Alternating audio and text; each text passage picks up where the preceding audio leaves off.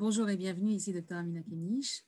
Dans cette vidéo, on va voir ensemble, ou revoir, puisqu'on en a déjà sûrement discuté si vous voyez cette vidéo, on va revoir l'importance de changer d'état émotionnel et de travailler à se mettre dans un état émotionnel qui va différent de l'état émotionnel actuel et pour nous permettre en fait de trouver une solution à nos problèmes.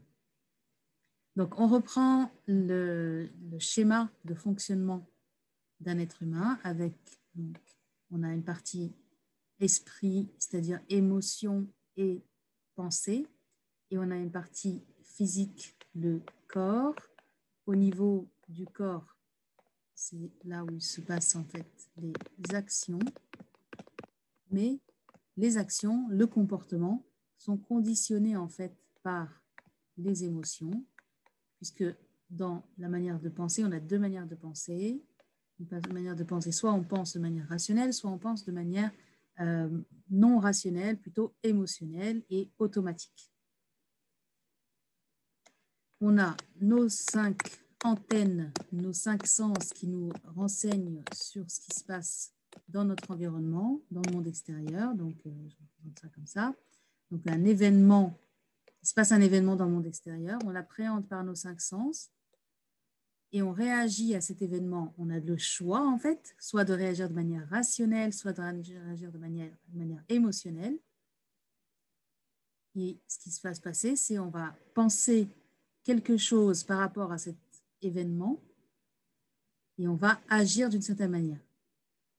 Et la majorité du temps, ce qui est attesté scientifiquement, c'est que la majorité du temps, par souci d'économie d'énergie en fait, on va fonctionner comme si on avait à l'intérieur de nous un programme informatique, vous voyez, un programme qui tourne toujours de la même manière, c'est-à-dire qu'on a appris tout au long de notre vie, il se passe A, je fais B pour obtenir un résultat C.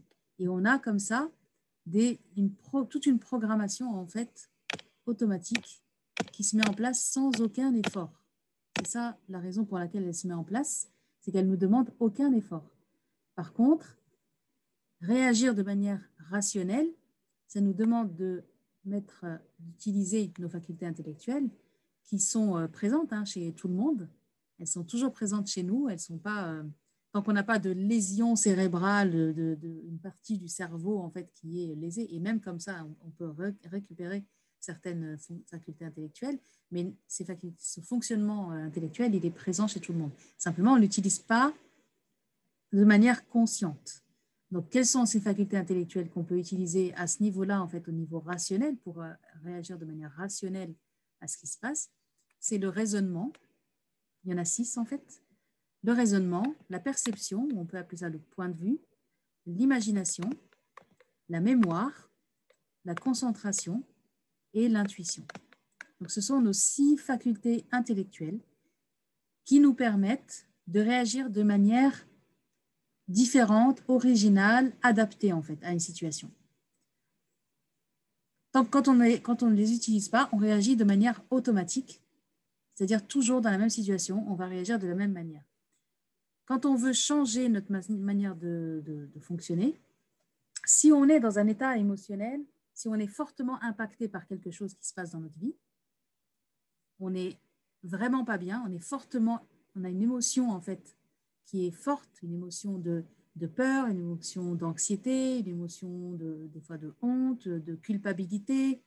Toutes ces émotions, quand elles sont trop fortes, on est obligé de commencer par travailler ici pour pouvoir mettre en place un fonctionnement plus rationnel et mettre en place une action différente, puisque on est obligé de faire quelque chose de différent pour modifier notre situation. On a le résultat de cette situation. Et donc, c'est la raison pour laquelle on commence par l'état émotionnel et on commence par mettre en place des actions qui vont nous permettre de nous sentir mieux. Et c'est le sens du premier exercice que je donne toujours en thérapie comportementale et cognitive. Ça va être de faire des activités de plaisir, on appelle ça comme ça, c'est dans la thérapie, faire des activités de plaisir qui ont pour objectif de nous mettre dans un état émotionnel de bien-être, de joie, Et cette joie, elle va casser en fait, parce que c'est comme si là, il y a un cercle vicieux qui se met en place, c'est-à-dire il y a un événement qui déclenche une émotion parce qu'on y a pensé, on a pensé par rapport à cet événement, on a interprété les choses d'une certaine manière, donc on a créé une certaine émotion qui crée un comportement de notre part et on est dans un cercle vicieux parce qu'en fait, on est toujours sous l'emprise de cet événement-là. C'est comme si, parfois même si l'événement est dans le passé, on reste dans le passé parce qu'on le revit dans notre mémoire, en fait, là. On concentre notre mémoire sur cet événement-là et en quelque sorte, on revit cet événement. Et on est dans ce cercle vicieux. Et pour le casser, ce cercle vicieux, on va utiliser l'émotion, on va stopper l'émotion qui est provoquée par cet événement-là. Et pour faire ça, on va en quelque sorte, c'est comme si on éteint là, on éteint les lumières on éteint les 5 sens, en fait, l'information, on bloque cette information qui revient ici encore et encore et encore, on la bloque et on va chercher à se concentrer, on va utiliser la concentration pour se concentrer sur des activités qui nous font plaisir. Donc, ça c'est personnel à chaque personne. Il y a des gens, ils vont aimer marcher dans la nature, il y a des gens, ils vont aimer lire, il y a des gens, ils vont aimer dessiner, il y a des gens, ils vont aimer, je sais pas, coudre, cuisiner, n'importe quelle activité, et de préférence une activité qui soit, il faut choisir des activités qui soient simples, qui soient faciles à mettre en place et qui n'impliquent pas forcément d'autres personnes, parce qu'après, on est dépendant d'autres personnes. On peut se dire, oui, j'aime bien aller prendre un café sur les Champs-Élysées, mais avec quelqu'un. Et puis, en fait, la personne, ben non, elle travaille, elle ne peut pas venir avec moi. Donc, du coup, je ne peux pas le faire. Il ne faut pas choisir des activités comme ça. Il faut choisir des activités que vous pouvez faire facilement et les planifier sur une semaine, par exemple. Planifier ces activités. Donc, commencez par faire la liste des activités qui vous plaisent en vous posant la question, qu'est-ce que j'aimerais bien faire? Qu'est-ce qui me ferait plaisir? Vous faites la liste et vous les planifiez. Vous voyez à quel moment vous pourriez les faire en restant souple dans cette planification. Vous n'êtes pas obligé d'être rigide et de vous dire, il faut absolument, ce n'est pas le but. Le but, c'est que vous vous sentiez bien. Donc, vous pouvez adapter ce calendrier, mais il faut absolument faire ces activités-là. Et le but de faire ces activités-là, c'est que vous allez rentrer dans un autre cercle qui va être de vous sentir bien. Et en fait, en vous sentant bien, vous allez penser différemment, vous allez avoir des idées différentes, pas les idées automatiques que vous avez là, mais vous allez créer des nouvelles idées avec vos facultés intellectuelles et vous allez mettre en place du coup une action qui va être différente, une nouvelle action. Et c'est cette action différente qui va constituer la solution à votre problème.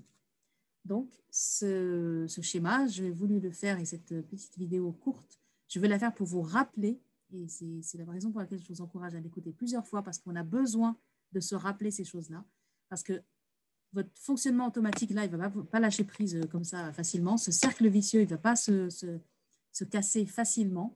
Il est fortement ancré et vous allez avoir tendance à revenir, repenser et vous dire oui, mais non, mais ce n'est pas ça qui va régler mon problème. Ce n'est pas parce que je fais du dessin que je vais régler mon problème. Il faut que je pense à mon problème.